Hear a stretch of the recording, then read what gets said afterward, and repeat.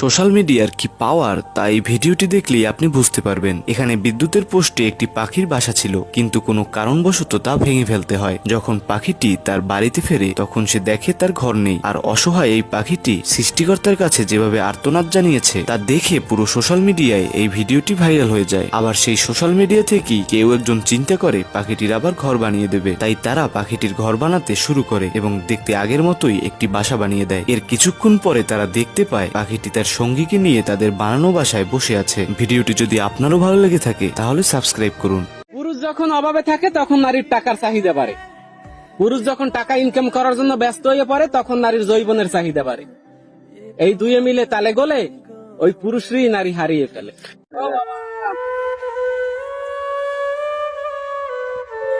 ভালো আছেন?